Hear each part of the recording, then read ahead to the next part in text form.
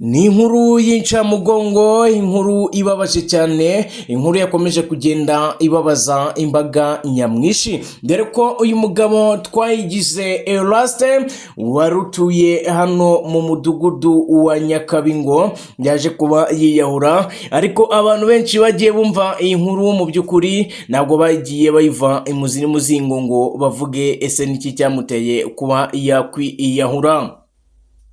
Ngira ngo nkuko muri kubibona muri screen muri kubonamo n'umugore we, ariko uyu mugore we niwe ekabitera ku rupfu rw'uyu Twayigize Eraste, dore ko uyu mugore yari yarabaswe no gukina akadege. Babizi ni mu buryo bwa betting, ariko akadege ko ngo ni kabi cyane kuko akadege karagusaza, ngo akadege mu gihe ugakina mu by'ukuri ngo wanata umutwe. Ese uyu mama yabitewe n'iki? Ese niki cyaje kuba cyabimutera? Si ibyo gusa kandi ngo uyu mugabo burya ngo iyo yashakaga gutera akabariro n'uyu mudamu we ngo ntiyabikozwaga.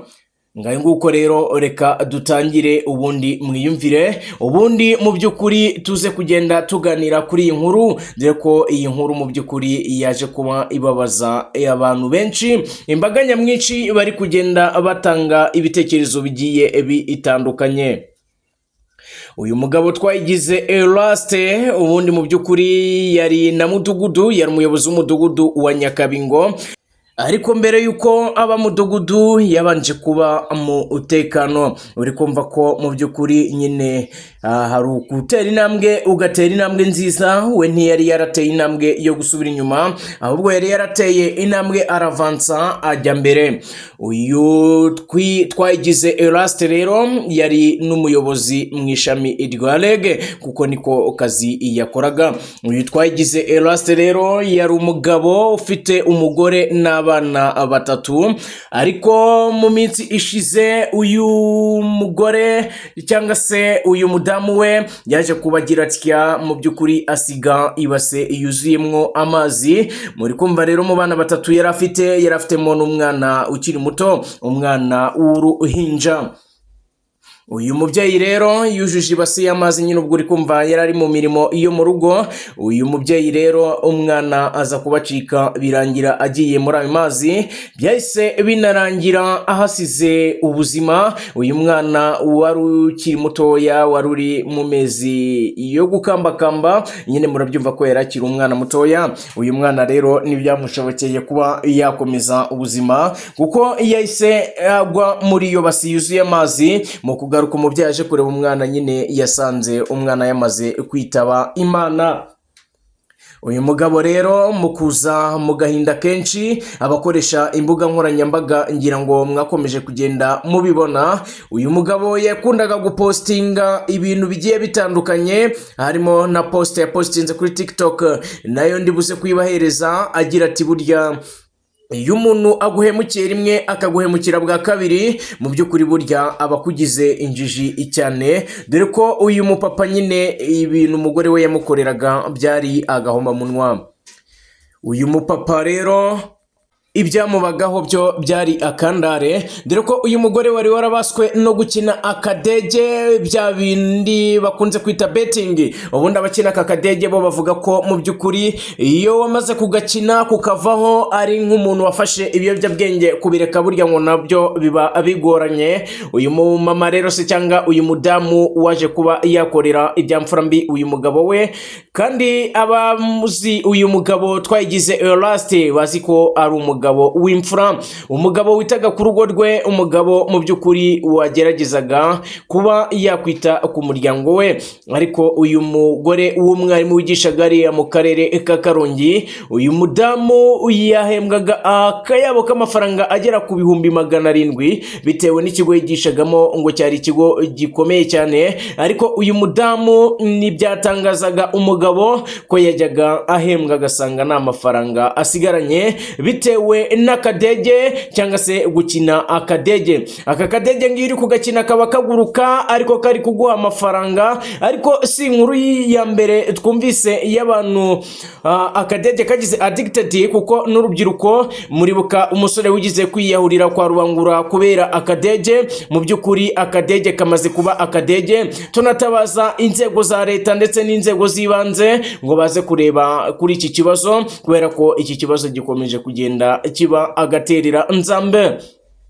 Dore ko ubu ngubu tuvugana abamaze kugenda biyahura kubera kuribwa n'akadege bo bamaze kugenda ari benshi, bamaze kuba benshi mu by'ukuri. Ese aka kadege ubundi karimo iyihe miti? Ngo dore ko ugakinnye mu by'ukuri kongera kukareka aba ari isa kirirego.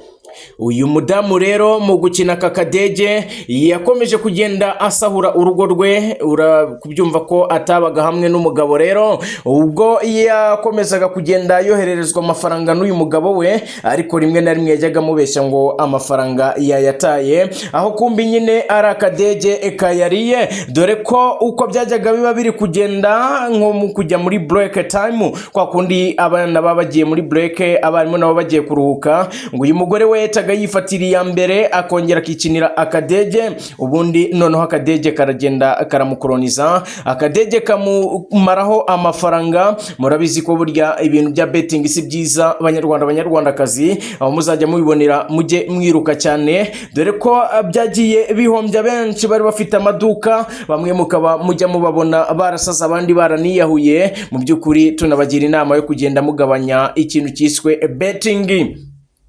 Ni muri urwo rwego rero uyu mupapa cyangwa se uyu Twayigize Eraste yaje kubona iby'umugore we amukorera, dore ko umugore we yajyaga anamuhamagara akamubwira ati mu by'ukuri ko nkukumbuye, cyangwa se mu by'ukuri ko tutakibonana, waje tukaba twabonana. Nyine uri kumva umugore n'umugabo bagomba guhura uko byagenda kose, ariko uyu mugore bikarangira amuhakaniye. Dore ko uyu mupapa cyangwa se uyu Twayigize Eraste yakomeje agira ati mu mezi 6 yavugaga ko yamuhamagayemo inshuro zigera ku bihumbi n'ibihumbagiza, ariko bikarangira uyu mugore we mu by'ukuri amukatiye cyangwa se amubwiye ko atashobora kuba yaza. Uyu mugabo yashoboye no kuba yakeka ko umugore we yabasigaye amuca inyuma, mu by'ukuri agahinda gakomeza kugenda akamushengura umutima. Uyu mugabo yakomeje kujya agenda posting ibintu byerekana ko mu by'ukuri arambiwe iyi si bitewe n'urushako yagize, bitewe n'umugore we, ariko mu by'ukuri iya mbere yafashe mu by'ukuri nubwo wenda nakubigarura byo kwiyahura, mu by'ukuri ibi bintu byaje kuba bitaba byiza. Dore ko uyu mugabo yatumye umukozi we yakoreshaga mu rugo iwe, aramubwira ati genda unzanire inzoga bita ingwe jini.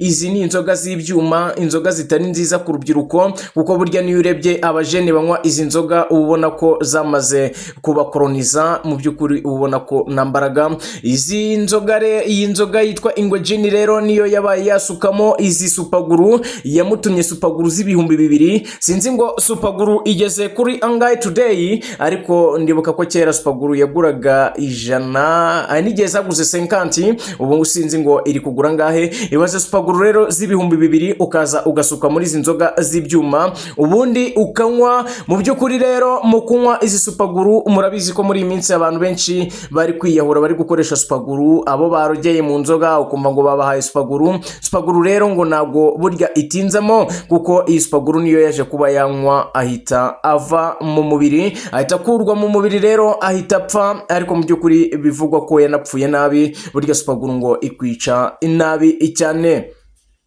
Nguko uko byaje kuba byagendekera Twayigize Eraste, usize umudamu n'abana 2, kuko umwana wa gatatu yaguye mu base y'amazi barimo bafura, nawe ahita yitaba Imana. Ese mu by'ukuri uyu mugabo muri kumva atari yararenganye? Ese uyu mugore wakoronijwe n'akadege bikaba bimuviriyemo kubura umugabo ndetse n'umwana? Ese mu by'ukuri niki yakoraga kuba atakwita ku mugabo? Banyarwandakazi namwe munkurikiye ba mama, mu by'ukuri mugerageze kwita ku ngo zanyu, kuko burya iyo utubatse urugo abandi bararukubakira cyangwa se utarwubakamo n'ubundi nawe ukabaho nabi. Muri kumva rero ibyaje kuba byaba kuri uyu muryango bikaza no kuba kuri uyu mugabo Eraste, ni ukuri ni inkuru y'akababaro, ariko nyine nta kundi byagenda. Reka tumwifurize iruhuko ridashira ndetse n'umwana we agire iruhuko ridashira, ndetse n'uyu mubyeyi naza kuba yakumva ibi biganiro cyangwa se namwe mwaba mumuzi muzamuha iki kiganiro